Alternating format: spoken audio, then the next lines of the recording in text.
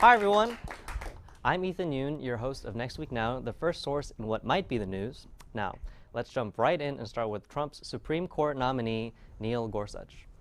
Gorsuch is a strict originalist when it comes to interpreting the Constitution, and if you don't know exactly what that means, I want you to harken back to when you first learned about the Constitution.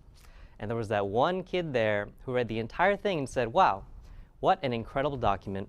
Really makes you want to go back in time to a period where women weren't people. The Senate is set to vote on Gorsuch's confirmation to the Supreme Court next week, and as of right now, it looks like it's going to be very close. During his confirmation hearing, Democratic senators researched some of his old cases, and they discovered that as recently as just 7 months ago, Gorsuch was secretly 47 miniature hobgoblins covered in an abandoned human skin suit.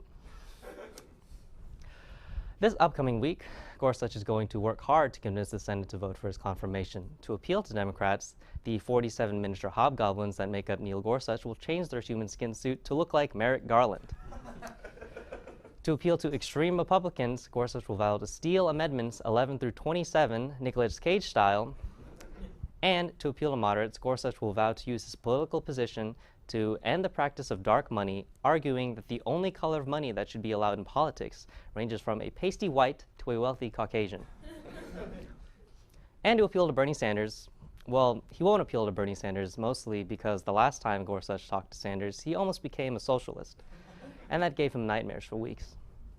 Democrats will fight back in an attempt to prevent the confirmation of Gorsuch to the Supreme Court.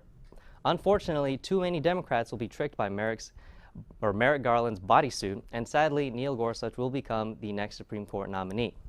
But don't worry, he won't be in there long. In less than a year of being a Supreme Court justice, Gorsuch will rule in favor of a more secure voting system and will quickly be assassinated by the Russian government. Moving on, a new FBI report coming out next week will indicate that 15% of all gun deaths in America are caused by toddlers with a gun. The study will put Democrats on the offensive with new legislation designed to make the process of acquiring a firearm more secure, but the NRA will, of course, fight it viciously, claiming that the only way to stop a bad toddler with a gun is a good toddler with a gun.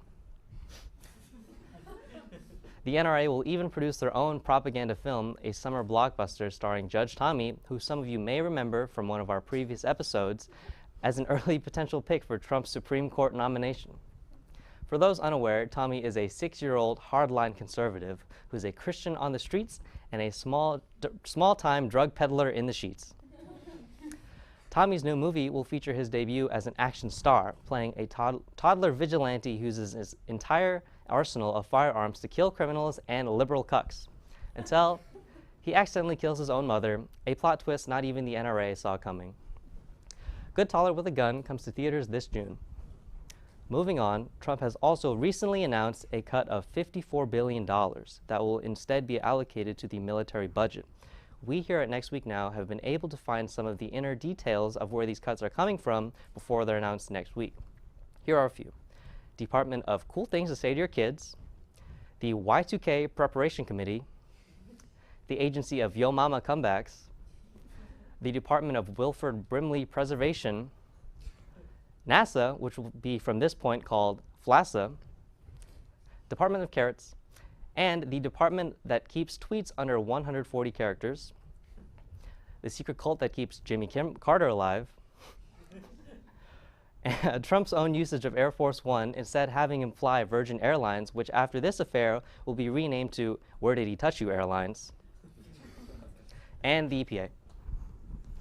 The specifics of the $54 billion to the military will also be revealed, including new military-grade wigs meant to specifically feel like real hair for soldiers. GI Bills will be replaced with Trump University scholarships. And finally, a new initiative by the U.S. government to breed giant Brahma chickens to utilize as elite soldiers in the field. Already beneficial for their sheer terrifying size, if chickens are killed in battle, our troops will have rations for a week. Now, we've saved perhaps the saddest cut and reallocation for last, and that will be to PBS and more specifically, Sesame Street. That's right, this cut will begin with every Sesame Street character living in trash cans. Next, after running out of money from buying trash cans, the characters will be forced to occasionally be rented out for use by other entertainment companies. That's right, the puppets are going to have to sell their bodies. After that whole mess is cleared, a new show funded by Trump's administration will appear under the name of Sesame Tower. Far-right conservative ideals will be taught there, including, but not limited to, the weather being a construct of the government created to make us buy umbrellas, the sun being a construct of the Obama administration used to make laborers produce sweat to fuel Bernie Sanders, and the fact that Cookie Monster is indeed Veggie Monster.